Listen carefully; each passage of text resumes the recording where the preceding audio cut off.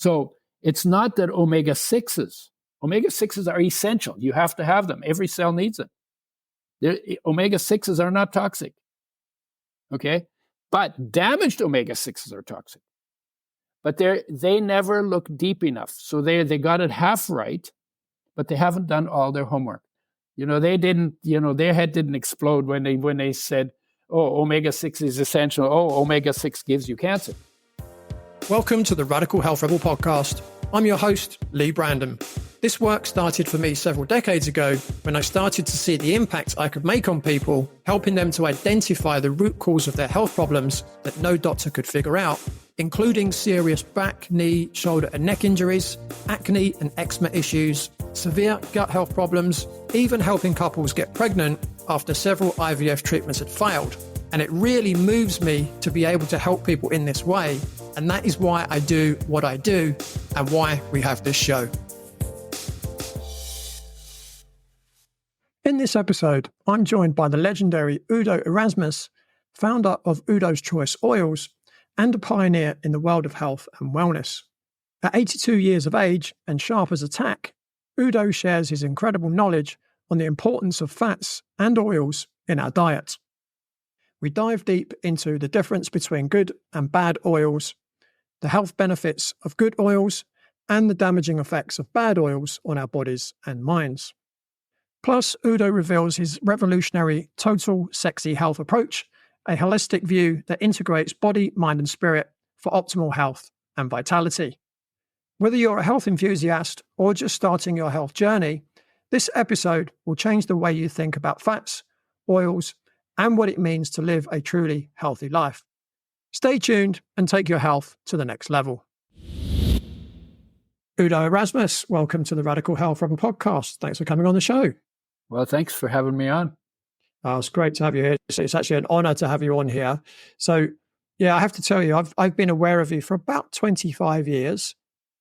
I think I first came across Udo's Choice Oil and I even remember the store. So it was in a store in central London called Fresh and Wild, which rebranded later to become Whole Foods, which I'm sure you're familiar with. Mm-hmm, of course. And yeah, they used to stock it in there. So that's where I first came across you and your products. So I have known of you for some time now. Okay. I've been at it for over 40 years. Yeah. Yeah. So some wisdom to share with my audience. Well, let's see. Probably maybe a couple of things. Yeah, I would hope so. So Udo, to kick things off, could you share a little bit about your own story and where it all started for you, and how did you get into producing your famous oils? Yeah. Well, the long story is I was born in Europe during the Second World War. It was in Poland. It was part of Germany. My parents were from Latvia and Estonia, and they left Latvia because Hitler and Stalin made a non-aggression pact. And as part of it, Latvia went to the Soviet Union and part of Poland went to Germany. My parents had German, Swedish background. They left Latvia because they loved the Russian people and they hated communism because it took everything away from everybody. Mm. And so they moved to Poland, and he was given a farm in Poland. And the Polish farmer whose farm it was became his farmhand, if you can imagine. There was a little tension there. And he said, look, we live in crazy times. Let's run the farm the way the farm needs to be best run. And then when all this stuff settles out, then we'll sort it out. And they became really good friends. I was born on this stolen farm. And when the war ended, we were refugees fleeing out of Poland with the communists chasing us in tanks and trucks. And the Allies, which we like to think of as the good guys, they were shooting at us from planes. And we were on dirt roads in horse-drawn hay wagons, mostly mothers with young children, all trying to get out of the war zone. Mm. And I ended up getting left behind, so I got to be an orphan for a little bit. And I don't remember a lot about it. I was only 2 years old. Mm. But other than not feeling safe and not knowing what I could trust because every day was a different story. And I kind of became a scientist out of that because I was always trying to figure out how things worked. Because when you know how things work, that gives you some predictability and some control and some safety, security. And so I broke a lot of things when I was a kid trying to figure out how things worked. So I got punished a lot for that. And when it came to studying, I got into, well, before that, I was 6 years old listening to adults argue. And I thought what they argued about was really trivial. It's like, why would you even argue? Why would you even care about something this trivial? And they get really intense. Ooh. And that always made me feel really uneasy. And the thought occurred to me one day when I listened to one of these arguments, man, there must be a way that people can live in harmony. And this little cocky voice from a 6-year-old who doesn't know how complicated everything is, I'm going to find out how. So that's been my driver all my life. There must be a better way to live.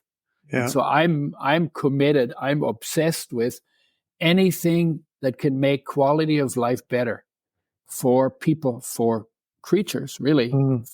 I mean, the trees and the animals are part of life too.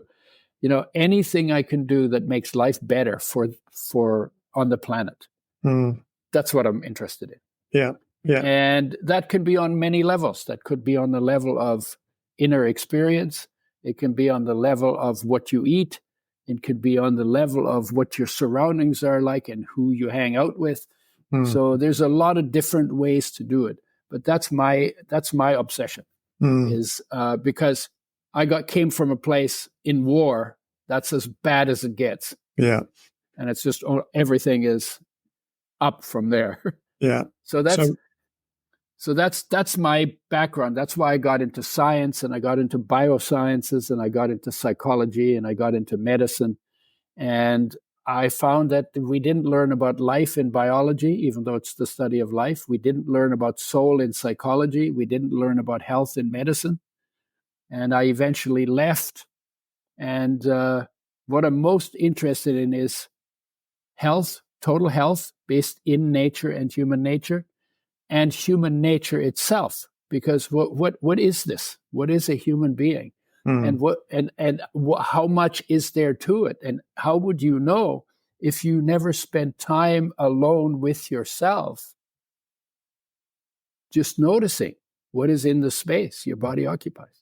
And so I got into that as well. And then I got married, and my marriage broke up, and I wanted to kill something, so I took a job as a pesticide sprayer. And sprayed them very carelessly, walked barefoot over the lawns I'd sprayed till the skin peeled off my feet. And at that point, I'd started wearing rubber boots, but it was a summer job, and I was vain, and I obviously pretty fair-skinned. I always wanted to have a tan, so I sprayed. I had a tractor with a big tank on the back filled with pesticides, and I was in a bathing suit in rubber boots. And the wind would drift a spray on my back sometimes, and people said, "Aren't you worried you're going to get poisoned?" And my answer was, "Nah, I'm immune." I think some people call that testosterone poisoning. Happens to young men until they have their first serious life-threatening disaster. And so when I got poisoned by pesticides, I went to the doctor and said, "What do you have for pesticide poisoning?" She said, "Nothing." And at that point, it was like, you know how the penny drops? All of a sudden, it's like, oh, now I really understand what it means that health is my responsibility, because I'm on my own, guys. And so I went into the research to try and figure out how to get healthy. And the idea was the body's made out of food. I mean, I wasn't thinking water and air at that point. The body's made out of food. So if something goes wrong with your body, then what you need to do is raise your standard. Because 98% of the atoms in your body are removed and replaced every year. That's an estimate. I'm not sure exactly how many it is. Yeah. And maybe it's only 70%. But the point is, because your body is a major construction site, always under renovation, if you raise your standard for input, for body construction, which is mainly essential nutrients. Mm. Then within 1 year, you can have rebuilt 98% of your body to a higher standard. And that's what healing is. Yeah. That's what's called healing. That's why healing is possible. If your body wasn't always turning over, healing would not be possible. Mm. So that's nice. So then I was looking at everything to do with nutrition and health, nutrition and disease. In Medline, the big at that time there were 16 million studies in that database. Now there's, I think, 36 million. And I was looking at everything: minerals, vitamins, amino acids, proteins, all of that. And then I got stuck on oils because they were confusing. And the way that went is I read a study that said omega-6 is an essential nutrient. And essential means you can't make it in your body, but you have to have it to live and be healthy. So you have to bring it in from outside. That's the first part. The second part is if you don't get enough, you cannot stay healthy. Your health will deteriorate. You will get deficiency symptoms that are degenerative in nature, and those will get worse with time. And if you don't get enough of any essential nutrient long enough, you die. That's the second part. The third part is if you're going down because you're not getting enough of an essential nutrient, but before you die, you bring enough back into the body, then all the problems that come from not getting enough are reversed. Because life knows how to make the body, provided we take responsibility here at our mouth to make sure that all of the essential nutrients land in the body in optimum quantities if we want an optimally built body in optimal health. And that definition applies to 18 minerals, 13 vitamins, 9 essential amino acids from proteins, and 2 essential fatty acids from fats. And by the way, there are no essential nutrients in sugar, in carbohydrate. There's no essential carbohydrates. Yeah. So that makes carbohydrates the least important food because there's nothing in carbohydrates that you cannot get elsewhere. Yeah. Yeah, we can make it ourselves, can't we? Yeah. Yeah. So that I read the study, it says omega-6 is an essential nutrient that you have to have by this definition I just gave you. And the very next study I read says omega-6 gives you cancer and kills you. And my head exploded. It was like, wait, I have to have it so it can kill me? There's something I'm missing. There must be something missing. And yeah, my OCD genes all turned on 100% full blast and said, there must be something I'm missing. There must be something else going on. And that drove me to look deeper into how oils are made. And then I found out that they're made with harsh chemicals, and then they're bleached to get the color molecules out, because light, oxygen, and heat damage oils, and they're our most sensitive nutrients. And they need the most care, and we give them the least care. We damage them in the processing, and then we throw them in the frying pan. So we're doing a huge amount of damage. When you turn oil into smoke, you've damaged it. There's research that shows that cooks who spend 8 hours a day in front of a frying pan have 4 times more lung cancer than normal people who at home maybe spend 2 hours in front of the frying pan. 4 times more cancer. Yeah. Because the fume hoods are not sucking it up, the smoke completely. Yeah. So they're always breathing in the damaged oils. And those damaged oils then damage their lung. Yeah. And because these are molecules they're damaged, that means they never existed in nature. So nature never made a program to metabolize them. So they don't break down so easily. So wherever they go in the body, they interfere with something. Because whatever is supposed to be going on in the space they occupy, they can't do the job. So they interfere with what should be going on in that space. And all disease, physical disease, begins at the level of interactions between molecules. So if the right molecules are there, you get the right interactions. All of those molecules are from nature because we came out of nature and we are sustained in nature and by nature. So, and if they're molecules that never existed in nature, there's a pretty good chance that they're going to cause some problems. That's why pharmaceutical drugs have side effects. They're not side effects. They're toxic effects. Because these are molecules that don't belong in the body and they interfere with something. That's why you get the side effects.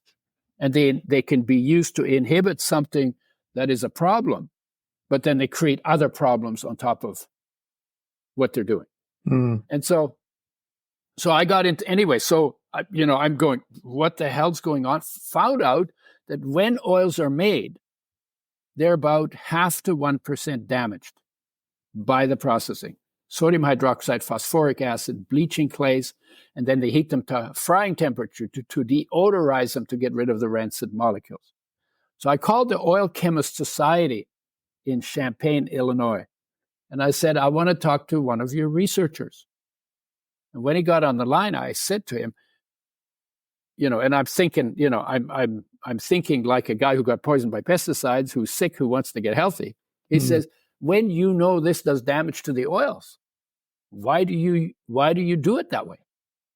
And he said, well, one of the reasons we do that is because when we deodorize the oil, that's at frying temperature for 30 minutes, we can get rid of half of the pesticides in the oil. And in my head, I'm going, wait, the other half stays in? I've been poisoned by pesticide. This is not good news for me, right? So that's what I got in my head, but I didn't say that. So I said to him, well, why don't you start with organically grown seeds? Then you don't have a pesticide problem to deal with. And he was silent. I don't know how long. It might have been 3 seconds, but it seemed like 2 hours. Total silence, dead silence. And then when he came back, he was really angry.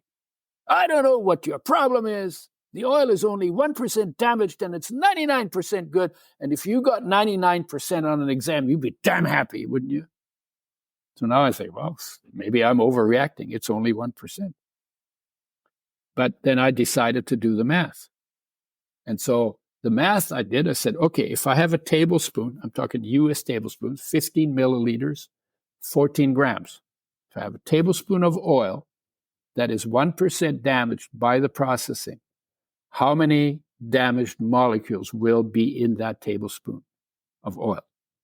So I want to ask you that question, because hopefully you don't have the background to figure it out, and you'll see why I'm asking the question. Well, my first thought when you said that this guy said it was 1%. Yeah. My first thought was, how does he know that it's 1%? Oh, well, they obviously have done tests to show Right. it. And there are all kinds of different molecules, like fragmented molecules, double bond shifted molecules, cyclized molecules, trans fatty acids, molecules cross-linked within triglycerides, molecules cross-linked across triglycerides, dimerized, trimerized, polymerized, and then there's a whole bunch of other molecules that come from the chemicals they use. So there's a whole lot of different molecules, and if you want to do like a fancy chromatography thing, you can figure out how many of each kind of molecule is found in the oil. So they knew 0.5 to 1, and I got it out of their journal. It was a journal called Lipids, way back when in the early 80s. So I decided to do the math, and so I want you to guess how many damaged molecules are in a tablespoon of an oil that is 1% damaged. Wow, that's a good question. Like a number. My first thought is I've got absolutely no idea. Yes, of course, and I would nobody imagine, does. Everybody uses oils, and nobody does. That's why I'm asking the question. I would imagine it's not a small number. Okay, so give me a number. I'm going to say 4,000. 4,000? Okay. Yeah. So there's 3 zeros on 4,000, right? Yeah. You want to know the actual number? Go on, it's much bigger, isn't it? It's a 6 followed by 19 zeros. Wow. It's 60 quintillion damaged molecules. Wow. So your estimate is more than a quadrillion times too low. Now, the reason why I asked the question is because everybody uses oils that have been damaged by processing. And the damage they're doing to themselves with these damaged molecules is, in your case, a quadrillion times worse than you think it is. And when I ask the question, I have never, ever, and I've asked this question in hundreds of talks. I've given thousands of talks. I asked the question. I have never got somebody to give me a number that was less than 1 billion times too low. So that means we are doing something to ourselves that is 1 billion times worse than we think it is. Yeah. And the truth is that more health problems come from damaged oils than any other part of nutrition, more than sugar, and more health benefits would accrue from making oils with health in mind and giving our body the oil change that it needs from damaged oils to oils actually made with health in mind. And so I say, okay, well, you're going to fly home for the holidays. You're at the airport. You got your boarding pass. You're about to get on the plane, and somebody taps you on your shoulder. And this is somebody that you know only ever tells the truth. He says to you, your chance of crashing and dying on your flight home is 1 billion times or a quadrillion times higher than you thought it was. Would you get on the airplane? Absolutely not. I was in Ireland. I said I would canoe back to Canada. Because, and so then is recognizing that you're doing something to yourself that is 1 billion times worse than you think it is. Does that give you thought to maybe you need to make a change here? And maybe you need to stop frying these oils, because you then, if you fry the oil, you triple, quadruple, maybe sextuple times the damage that you already got in the oil you started with. So, and frying is the dumbest thing we've ever invented to do to our food, if health is our goal. The single dumbest thing we've ever done. And the more the oils have omega-6 and omega-3, which are essential and can't be made in the body, the more of those they have in the oil, the more damage is done when we fry them. And the more damage is done to them by processing. And omega-3 is 5 times more sensitive than omega-6. So the more omega-3 there is in an oil when it's made by industry, the more damage is going to be. So you're going to, maybe you even get up to 1.5%. And the more damage you're going to do to them when you fry them. So when all of this came out, then I found out the year after I got poisoned, which 1980 was when I got poisoned. The year after that, it was established that omega-3 is an essential nutrient, 1981. And 99% of the population doesn't get enough for optimum health. They're a nightmare to work with. There are far fewer sources of omega-3 oils than omega-6 oil. We have increased our omega-6 intake, at least doubled, maybe quadrupled, maybe 10 times, maybe even 20 times our intake of omega-6 in the past 150 years. And we have decreased our omega-3s to 1/6 of what people got in 1850. So 99% of the population doesn't get enough omega-3 for optimum health. And so we got two problems. The omega-3s are too low, and the omega-6s are damaged. Yeah. If we could fix those problems, oh my God, we could help almost everybody be healthier. And I went ballistic. It's like, oh my God, I just found a purpose. Oh my God, we could help so many people. 99% of the population doesn't get enough omega-3. Now, all we have to do is figure out a way to make oils with health in mind. And all that takes is you have to have a very tight system where no oxygen, no light, and low temperature gets to the oil while from the time it's in the seed, where it's well packaged. They found flax seeds in caves in Switzerland that were 5,000 years old, and they planted them and they still grew into flax plants. Wow. That's how good nature's packaging can be. So from the time it's in nature's packaging, through the pressing and the filtering and the settling and the filling, till it's in a brown glass bottle, in a box to cut out all the light, in glass because plastic leaches into oils because plastic swells when you put oil in it. And so then ingredients in plastic swell into oil. And it's in the fridge, in the factory, then in the fridge in the stores, then in the fridge in the home, never used for frying, added to foods after they come off the heat source. Yeah. You can put them in hot pasta sauce and on steamed veggies, but never, ever use them for cooking. Yeah. So if we could do that, oh my God, we could help everybody. And I got so inspired. I had no business background. I had really good background in biochemistry and genetics and biological sciences.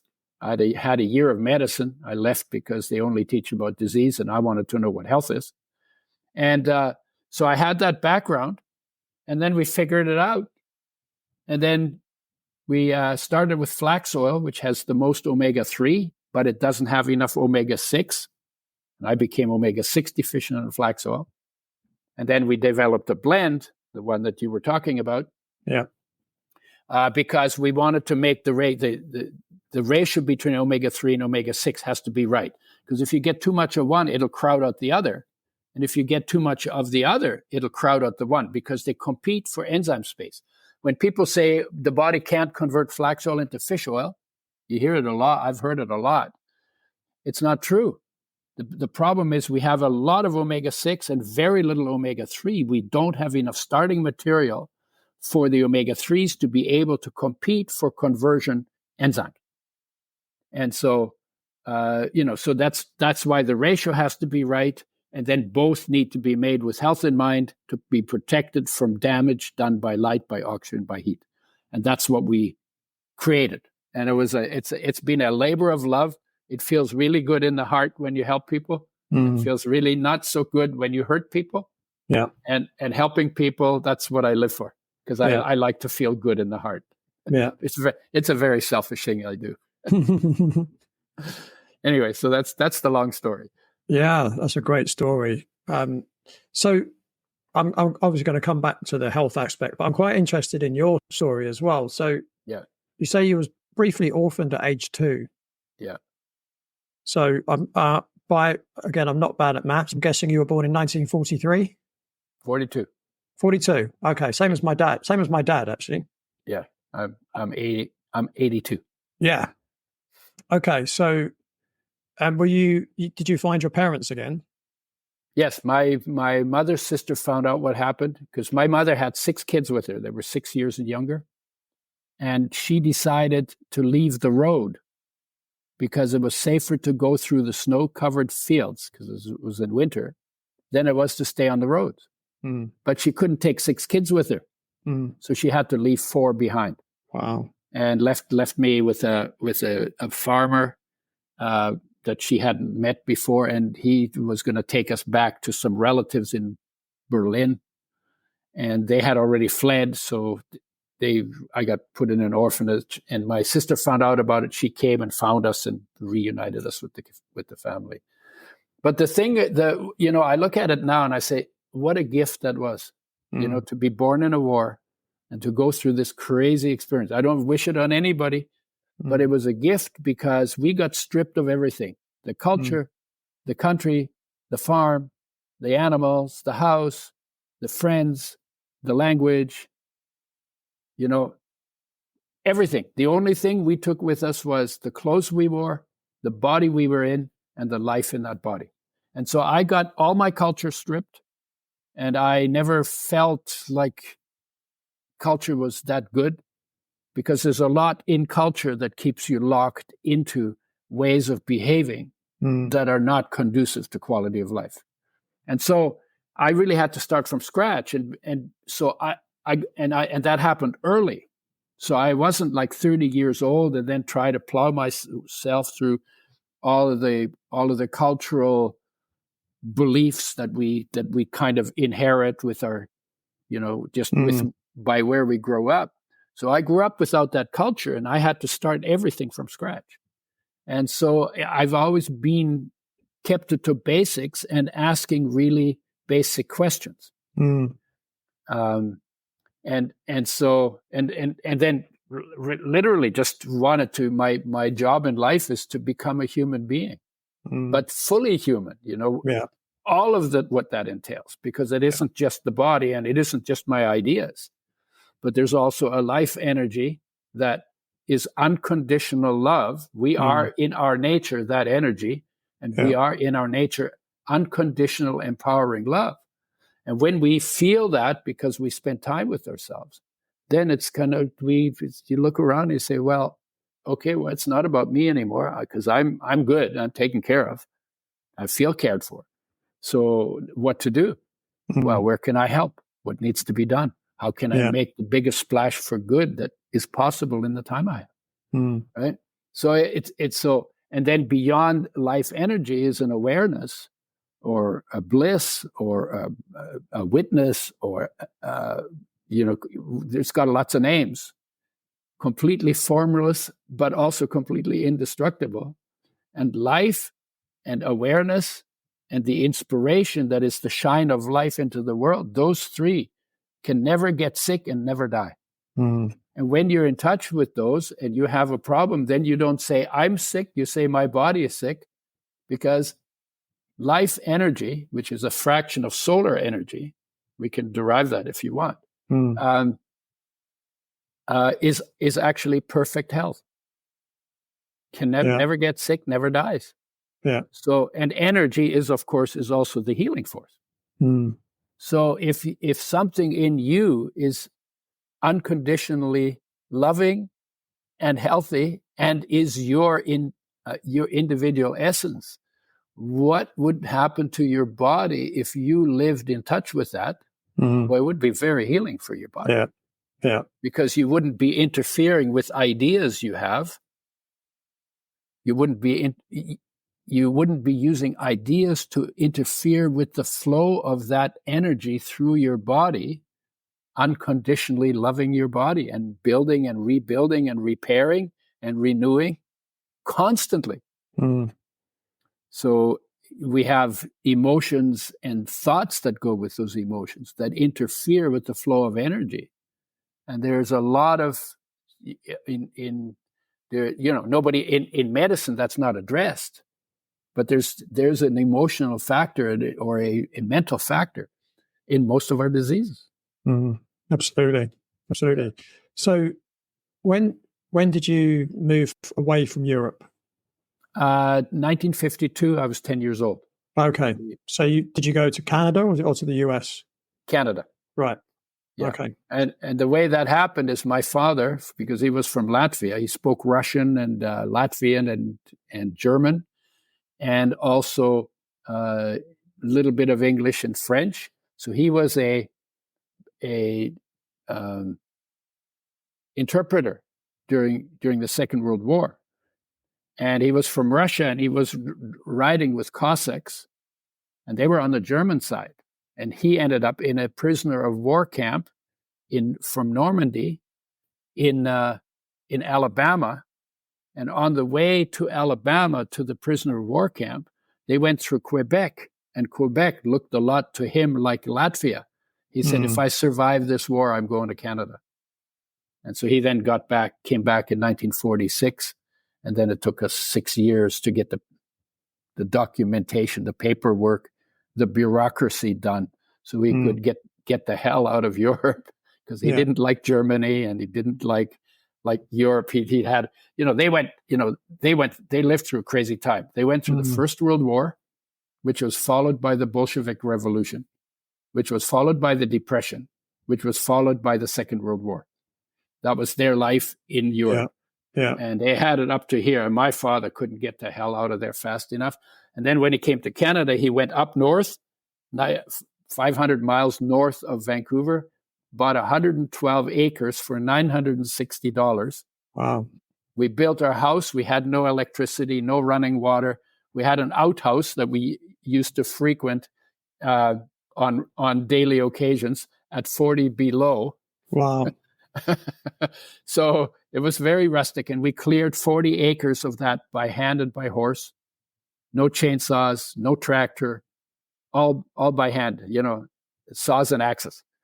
And so we grew up in a physically very demanding environment with a physically very demanding father. Right. And he couldn't, he loved being by himself because he basically said he'd read the newspaper and he'd stand up and he'd say, "The world stinks." But he'd read the whole newspaper to come to that conclusion. And then he just says, "I just want to be left alone. And if it doesn't rain in my bed, I'm happy." So he was so burned out on Europe. Yeah. In the time that they lived there, in Latvia, then in Poland, then in Germany. And, they just had it up to here.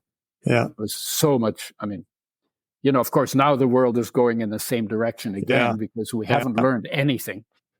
Yeah. Because if people had practiced peace after the First World War, there wouldn't have been a Second World War. And if they'd practiced peace after the Second World War, we wouldn't be heading for global war now. Yeah. That's how stupid we are. Yeah. It's interesting because I kind of feel like, my parents were born during World War II, and there's probably a good chance they probably died during World War III, Yeah. Yeah. Well, I mean, who knows? I mean, the point is, it doesn't have to happen because peace is the universal essence, the universal essence of the entire universe, but also of our existence. So peace in the core of our being, there is a peace that cannot be unpeaced. Even with whatever else is going on in the world of change, in the outside world, in nature, or with people, or in our mind, in our emotions, in our body, something inside of that is completely calm, cannot be shaken. But our focus needs to go there to experience it. And our focus at birth goes out into the world and, generally speaking, for most people, stays there until they die. Yeah. But if you're wise, you take time every day for stillness, you bring your focus into the core of your being, you experience that peace, you experience feeling cared for, you experience being energetic and inspired, and then you live that into the world, and that doesn't create war.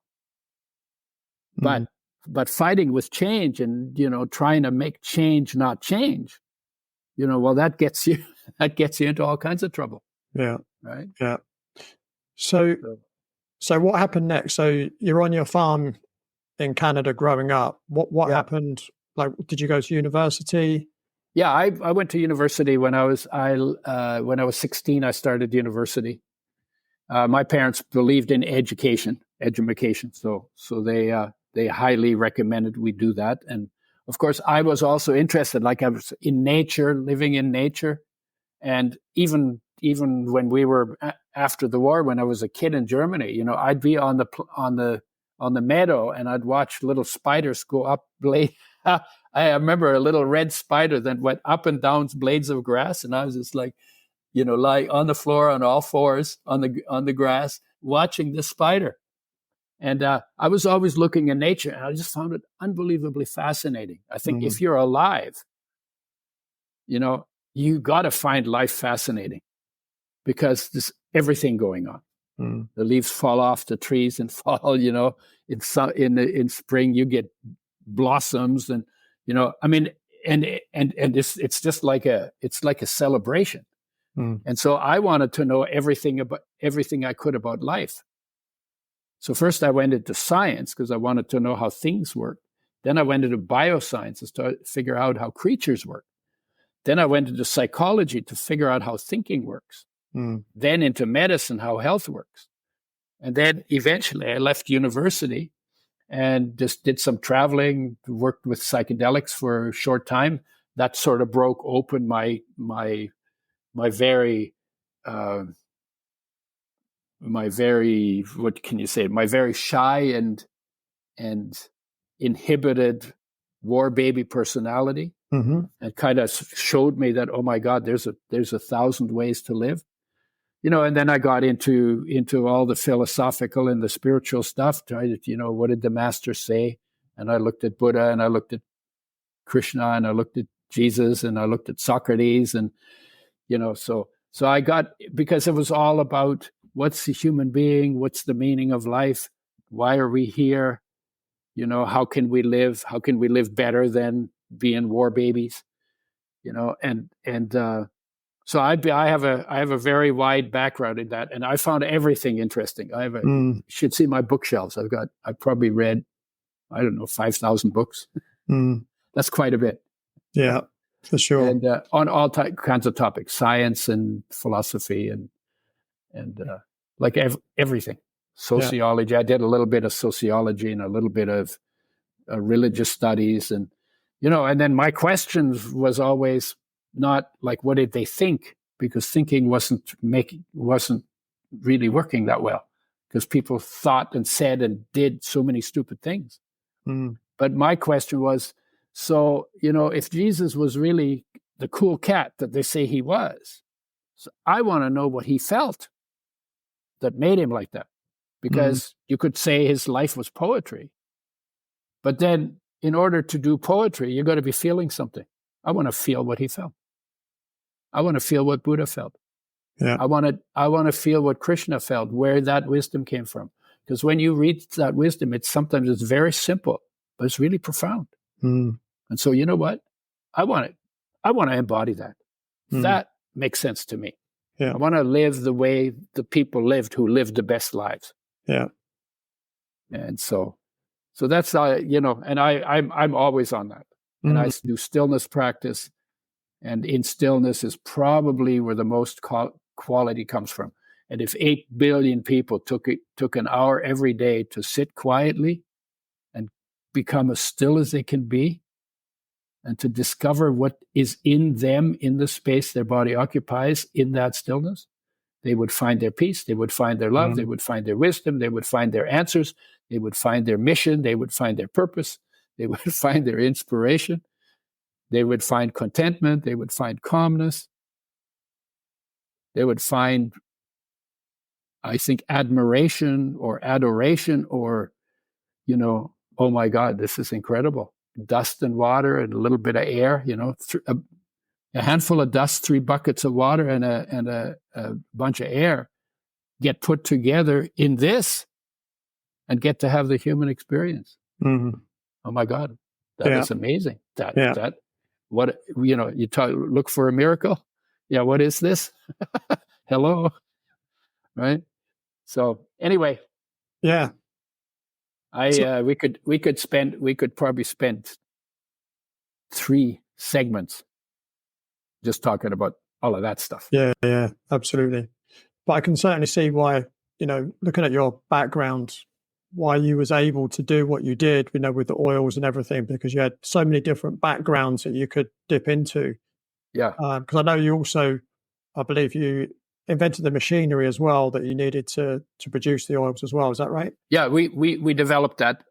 I developed it theoretically, knowing that the issues were light, oxygen, and heat. And then how do you create a system that protects the oil through the whole thing, and which I already talked about. Yeah. And then we had engineers build it for us. And they had to make custom parts for the machinery because they didn't exist, because the oil industry never thought that way. They were more interested in shelf life than they were in health. And so if it's kind of like the goal defines your journey. If you're going to the right, then that's a different journey than if you're going to the left. Depending on what your goal is. If shelf life is your goal, your practice of making oils is going to be different than if your goal is human health. Yeah. And so our goal was very clear.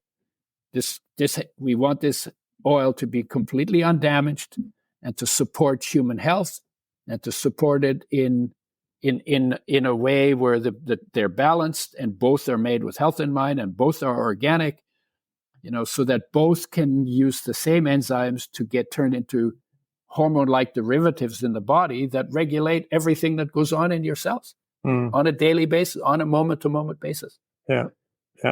So, I mean, it's quite a big thing these days. Oils, it's a lot of people are talking about oils in the health arena. Yeah.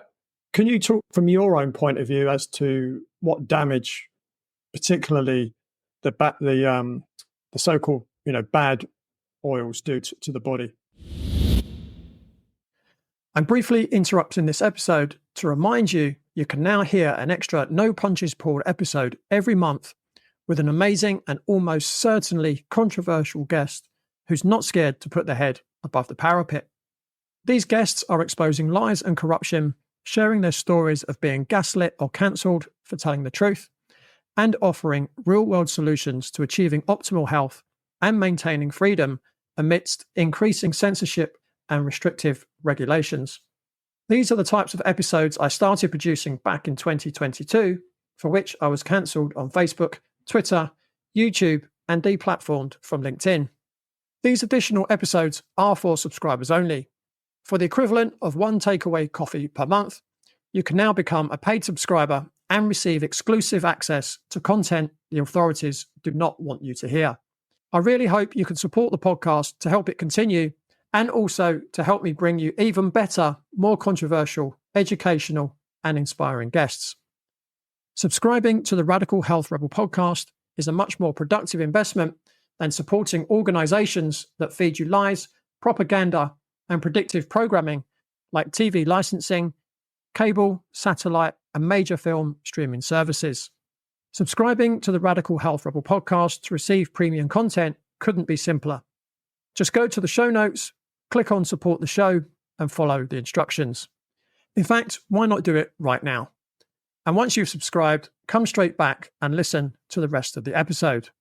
For the equivalent of just one takeaway coffee per month, let's rebel against the mainstream narrative and create a healthier, fairer, and freer world together.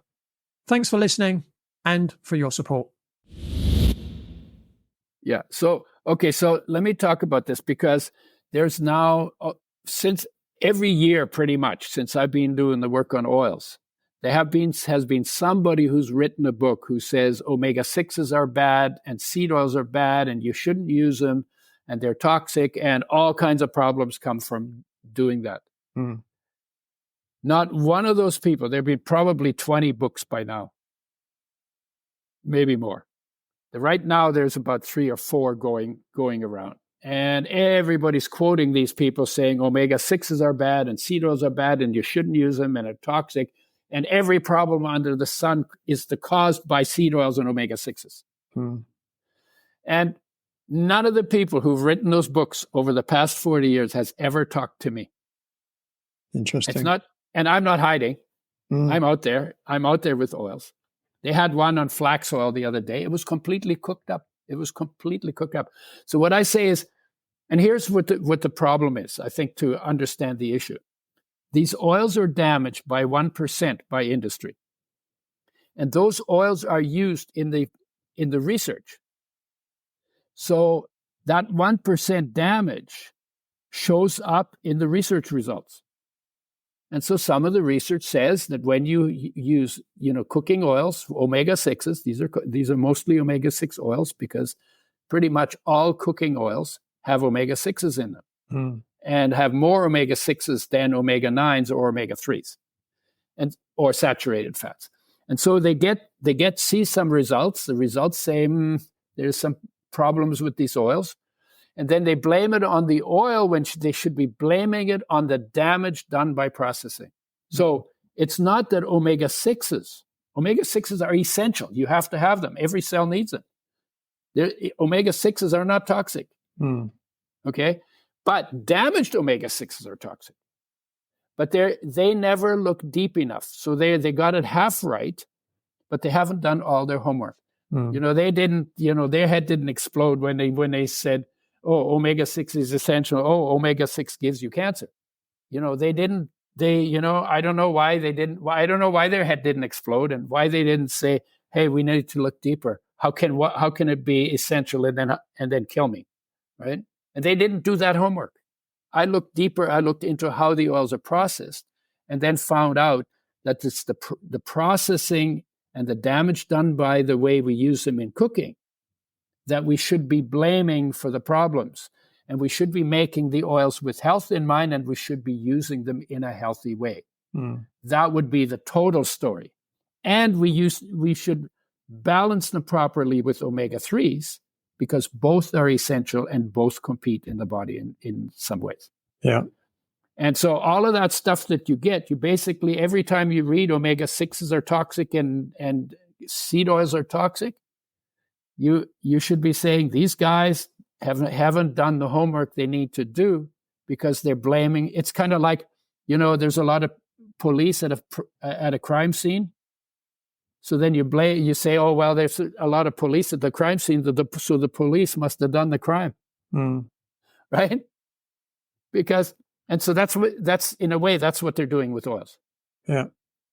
And they're not blaming, and they're not even And by the way, it has never, this question about how many damaged oils are there in a tablespoon of oil that's 1% damaged, that question, how much damage is done to the oils by the processing, that question has never ever never ever made the news.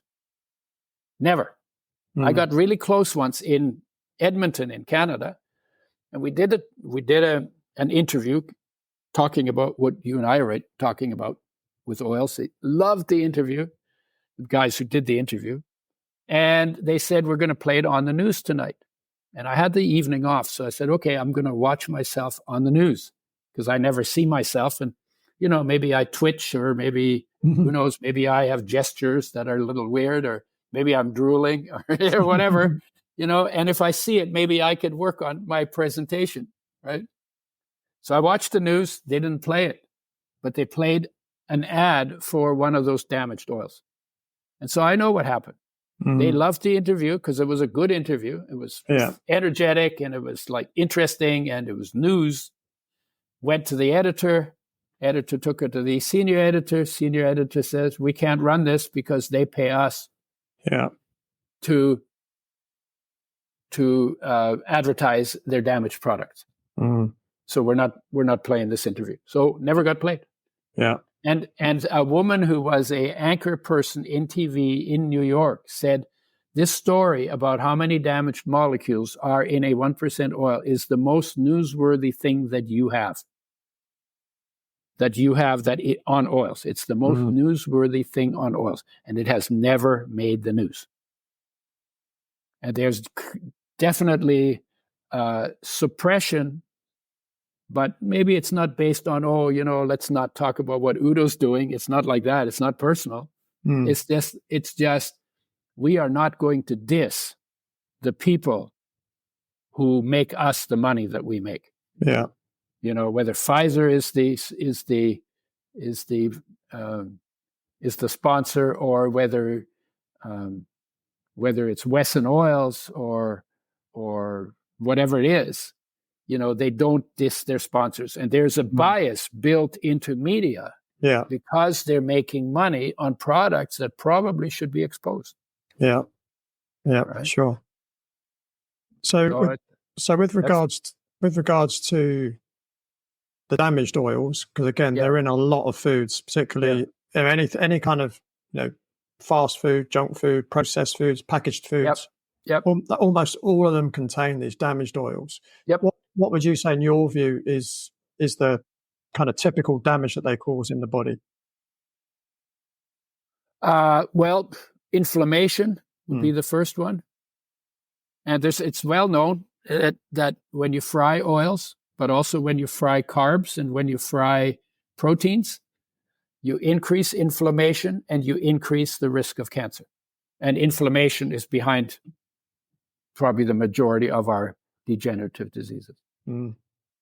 So, and it goes, anyway, a cancer in any part of the body. When you get inflammation, you get pain. And the pain and the inflammation, by the way, is not caused by these damaged molecules. The inflammation is caused by your immune system, because your immune system is trying to isolate the tissue where the problem is and then take it down. That's why inflammation, water retention, and swelling, right? And then when that's done, then the inflammation goes down because the immune system settles down. But so... And inflammation and pain, I think of pain as a gift. Yeah. Because absolutely. Pain gets your attention. And pain happens when something needs to change. whether it's like you fall off your bike and you bang your knee on a rock, which I did one time, right? Well, the pain in my knee says, don't do that again, Yeah. right? Yeah. Right? Or be careful, be more careful, drive your bicycle with less abandon, right? So that this doesn't happen. When you have pain in your joint, maybe it's because you injured your joint by using it in a way that it ought not to be used. Happens in sports a lot. Yeah. Yeah. Because sports is pretty intense. Sports it can be pretty violent, even if they're not violent between the players. They can be violent within the players. Yeah. Right? And so then you get pain. Well, omega-3s, by the way, have turned into very powerful anti-inflammatory molecules. We've had football players, like American football players, that has like shoulder injury, chronic pain all the time. Take the oil, take omega-3s, pain goes away. Go off the oil, pain comes back. Right? And one of them actually wrote me a letter and said, do you have drugs in your oil? What drug do you put in your oil? I said, no, why do you ask? Said, because when I take it, my pain goes away. And when I don't take it, my pain comes back. And I wondered what kind of a drug you were using that is a painkiller. Well, omega-3s work with inflammation. Yeah. They also help heal injuries in a third to half the time. They also increase oxygen metabolism and are good for recovery. So anything that needs more energy, omega-3s are a good bet. But you got to have them in balance with omega-6. Yeah. So you can't just high-grade omega-3s. You got to have them both. Yeah. And most people get too much omega-6, partially damaged, and not enough omega-3. So two changes need to be made. You need to dump the omega-6s that are damaged and replace them with omega-6s made with health in mind. And you need to bring in the missing omega-3s, and you need to make sure that the ratio between them allows both to do their important jobs in your cells. Yeah. Yeah, that's great. And can you share with us your total sexy health concept? Oh, yeah. Okay. So one of the things, I started with oils, and that's pretty much, other than there still should be a bottle in every fridge, and we're a long ways from getting there. It's pretty much done. We know how to do it. We know how to make them with health in mind. It works. We've done a couple of studies, and we've got lots of feedback from people who use it. And then when they don't use it, then their benefits go down. And when they use it again, the benefits come back. So that the second one was, well, what else? What is the most neglected next to oils? And I said, it's got to be digestion. Because people always got something going on. Either you're burping, or you're passing gas, or you got, you got bloating, and you got pain in your gut, or your digestion isn't working, or you're constipated, or you get diarrhea. I mean, there's always something going on because there's a huge amount of foreign material that gets dumped through your digestive tract that has to be dealt with. And it all happens outside the body because the inside of your digestive tract is outside your body. Yeah. So you throw all this stuff through there, and then it's got to be broken down, and then you absorb what is important in the body, and then the rest passes on through. So digestion, enzymes, probiotics, fiber, and herbs are the four things that seem to pretty much deal with most digestion problems. And how does that go? Well, if you look at nature's mandate for how to eat for every creature that eats is fresh, whole, raw, organic, local, probably for humans, more plant-based than animal-based. So that wasn't true everywhere, but mostly when the hunters had rocks to hunt with, they came home empty-handed most of the time, so then they ate vegetables because they don't run away and they don't fight back and they're easy to hunt down and kill. So probably mostly plant-based. There were places where there were lots of animals, so they were also high animal protein diets, but they weren't animals in feedlots standing in their urine and their feces and being fed corn. These were animals that ran around in the wild, that ate grass, that ate herbs, that ate other things, and that shows up in the meat. So we've done two things. One is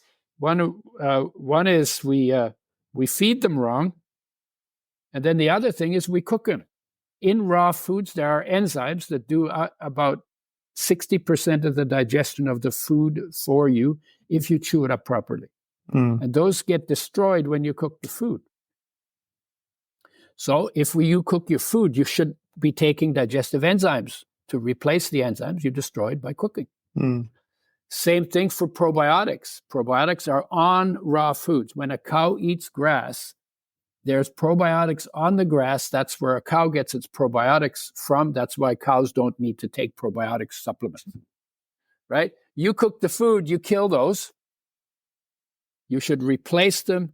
That's why we do probiotic supplements. Super important. And then fiber comes from plants, and fiber is good for, it slows down glucose absorption, which is good when you eat too much white sugar and white flour. So it slows that down. It's good for bowel regularity. It's the favorite food of the probiotics. It keeps you from getting constipated, even can keep you from getting diarrhea as well. So that's number 3. And then herbs, among them are bitters. They help with digestion and liver function. And there's a ton of those. And so we did that. And then the next thing was, well, what else? Where else can we make a difference? So I got into greens. Why greens? Well, because everybody says you should eat your salads and hardly anybody does. So we made greens that are portable, dried greens that are portable, that people can take when they're traveling, when they have the excuse, oh, well, I was traveling, so I couldn't do that. So we made greens. And then I didn't do mineral and vitamin supplements because lots of people are doing them. So I was more interested in doing what wasn't being done than to just be a one-off. And then I was sitting one day and saying, what else affects health? And by this time I had given lots of talks and I'd gotten lots of feedback and we'd had lots of discussions about all kinds of topics. And the answer came back was, well, actually everything affects health. And it's like, okay, well, if you want to be totally healthy, you could call it total, global, sacred, sexy health, right? If you want to be totally healthy and full on and really energized and noticeable and, just having the best possible time in your life, you have to give everything its due. So what are those things? I've hinted at them, but there's 8 of them. In the core of your being is awareness. And I'm doing like a bullseye, working it from the inside out. So the innermost part is, I call it internal awareness. So how do you do that? Well, you sit down, and you close your eyes, and you see how still you can become. And see how deep you can go into that stillness. And see how long you can stay there. And maybe you could breathe lightly and evenly and slowly. And as you're doing that, what shows up? What do you experience? What do you see? What do you hear? What do you feel? Even what do you taste? And you do that, and the more you do that, easier it becomes, because it's hard to do when you're not used to it, because we're used to going out with our awareness. We're not used to going in with our focus. But when we were in our mother's womb, there was no place to go and nothing to do, and everything taken care of, and you had no language, and you had no ideas, and you didn't have a nationality or a religion. You were just a little biological creature floating in what I call the Buddha tank, right? And in that time, your focus had no place to go. So it was at rest inside, in life, and in awareness, in the core of your being. And so you were like a yogi. 9 months of meditation, uninterrupted meditation, pretty much. Mm. And it was the most boring possible thing that could have been happening. And you weren't bored. You were in bliss. You were in peace. You were in love. The body was being built. No interference. No mental stuff. You didn't even have to pee and you didn't even have to breathe. Right? So you spent 9 months in there. Then you came out. You had to get to know the world. You got kicked out. Right? And then your focus went out into the world because you had to get to know it for survival. And so what happened is you went from present inside, absent outside. You know, at one point you didn't know there was a womb around you, and you didn't know there was a woman around the womb, and you didn't know that there was a world around the mother. Right? You didn't know any of it. But you were okay. Right? So now you went from being present inside, absent outside. Now you get more and more present outside, absent inside. And as your focus disconnected from your core and got connected to the surfaces of things in the world, that's where heartache began. And the pain of heartache is the greatest gift life gave you because it's your call to come home to yourself. And when you come home to yourself in peace, there is no pain. In peace, there is no problem. There is no health problem. Peace cannot get sick. Peace is unchangeable. It's foundational. It's the container within which the entire universe unfolds, including the universe that is you. Right? And in that, so that's number one. And then in that place, there's the fire of life, which is actually a solar energy fraction. Because if you think about it, the power source of the planet, of all of life, of almost all of life, is solar energy, filtered through 93 million miles, then filtered through the atmosphere, then filtered through plants. And the fraction that remains activates electrons, which then bond atoms together to make molecules. That's where that solar energy fraction is stored. You eat those molecules as food. In your cells, those bonds get broken. That solar energy fraction is released. And now we call it life, life energy, right? So you are a solar energy gadget. And if somebody says you are my sunshine, he's right. That person's right about the sunshine, but not about the mind. Because you don't belong, your solar energy doesn't belong to anybody else. And that is your internal, your individual essence is that solar energy fraction. Perfect health, formless, can't get sick, never dies, runs everything, weighs nothing, and is the master that is omnipresent, omnipotent, and omniscient in your body. And the masters, when you talk about Buddha and all those guys, the masters were people who took time alone to connect, and then they spoke from that connection to that connection in people and helped people who were interested in having that quality of experience, because it's an attractive experience. Help them to become proficient at finding their stillness and that peace and that love in that stillness. And by the way, the nature of that solar energy fraction is unconditional, empowering love for your body.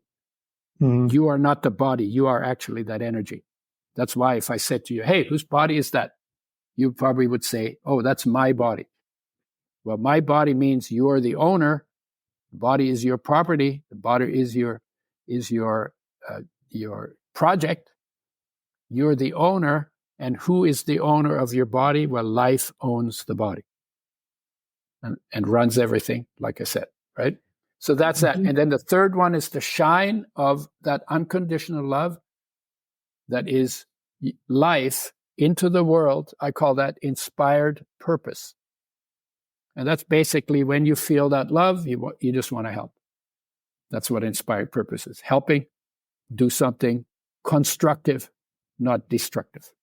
Constructive to life, to quality of life, not destructive. Okay? So those are the inner three.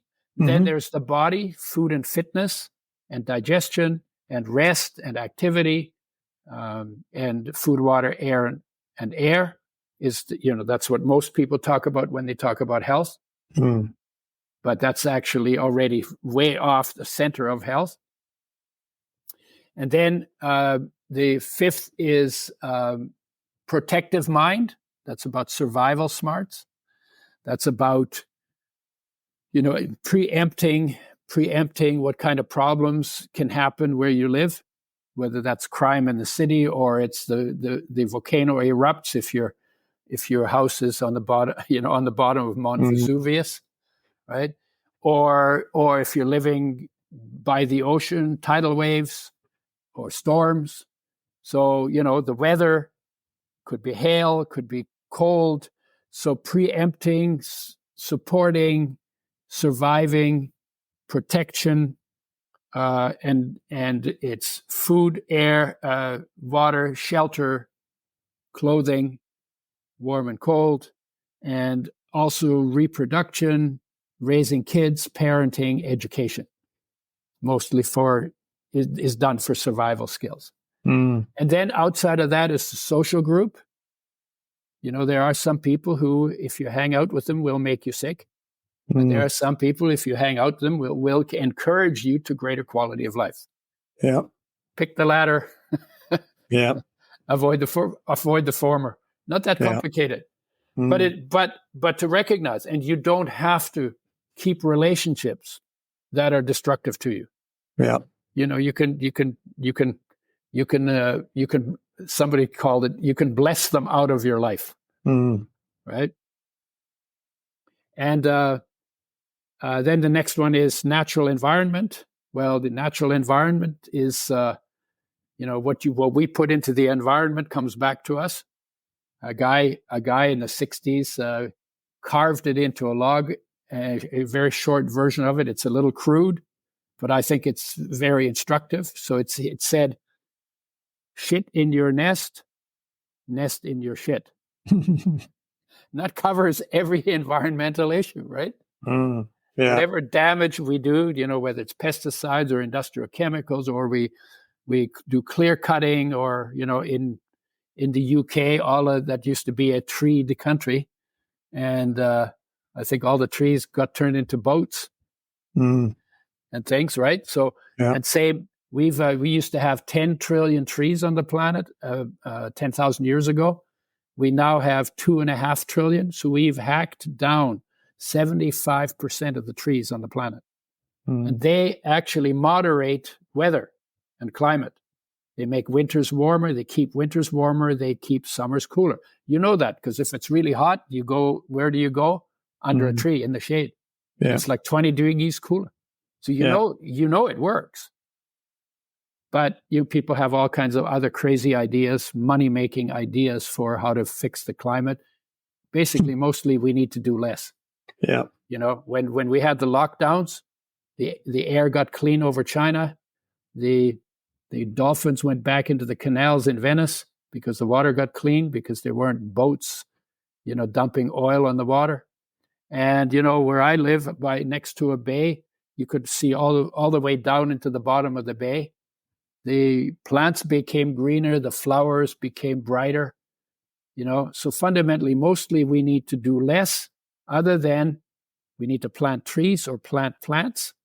We need to manage water better, because we get too much in some places and too little in other places. We could manage that to balance it out. And then the third one is we need to replenish our soils. Instead of cooking our food and then dumping our feces in the ocean, we should eat our foods raw, cook our feces, and put them back on land, because that's the topsoil. And we're taking it off the plant. 26 minerals come off the soil into a plant, and then we dump that in the ocean, and we only put 6 minerals back. So there are people who say we've only got 60 years of food growing soil, unless we do something about it. So that's the number 7, And then number 8 is infinite awareness. And that's kind of coming to terms with the fact that here I am, a terminal condition called the human body in an infinite universe, and to be able to be okay with that and not freaked out about it and not, oh my God, I'm going to die, I'm going to die, I'm going to die. No, not like that, but to be able to be okay with the fact that one day your body will finish and that you live in the presence of something that is more you than your body is, that is indestructible and unchangeable and lives forever. And that's all, and I'm not talking about spiritual hopes. I'm talking about you can experience that, but you need to do stillness practice to come into the experience of that. Yeah. So that's, and the idea of the model was total sexy health was sexy is a power word. Life should be the power word, but sexy is the power word. And so sexy is, what is that? Full on, active, vital, noticeable, like present, right? And we apply that to architecture and to technology. So sexy is not just about the sex act. It's a power word for something. Yeah. The idea is that if you want to be your fullest self, your sexiest self, then you have to live your life in line with all 8 of those and give each one of those 8 its due. Because each one of those 8 has a different nature, a different function, needs a different kind of attention on a regular basis, goes off in a different way in response to a different kind of intervention. And so if you get out of line in any one of those 8 parts, then the part that it confers to your sexy goes away. But when you get back in line, you get it back. So that's what the model is. I think the model is good. I think calling it sexy, I think maybe it trivialized the topic. It's a long story how that happened. Actually, the guy who was editing my book said, you don't call it total health. That's boring. Call it total sexy health. And I said, well, no, I can't do that. I don't know anything about sexy. And then I went home and started thinking about it. I said, oh, no, I know a lot about sexy. Everybody knows a lot about sexy because I know what is vibrant, right? And so then I changed the book and hooked it up with sexy. So I think it trivialized the topic a little. If you can overlook that the sexy is a little overdone, it's funny in some places, but it's overdone, and just listen to it. It's almost like a channeled book. There's some beautiful stuff in it about what stress is and how to deal with stress. And it talks about death, and it talks about those 8 parts that I talked about, and it talks about illness, what illness is, and it's a pretty easy read, and it's online. So that's the model. I think as a model it works really well, but we could call it something else too. And call it whatever you want, whatever's makes sense. Anyway, so that was I wrote that in 2017. And so what I'm mostly interested in now, to turn human nature into a teachable field, because we've been here for 200,000 years and we don't know who, and we don't know what we are.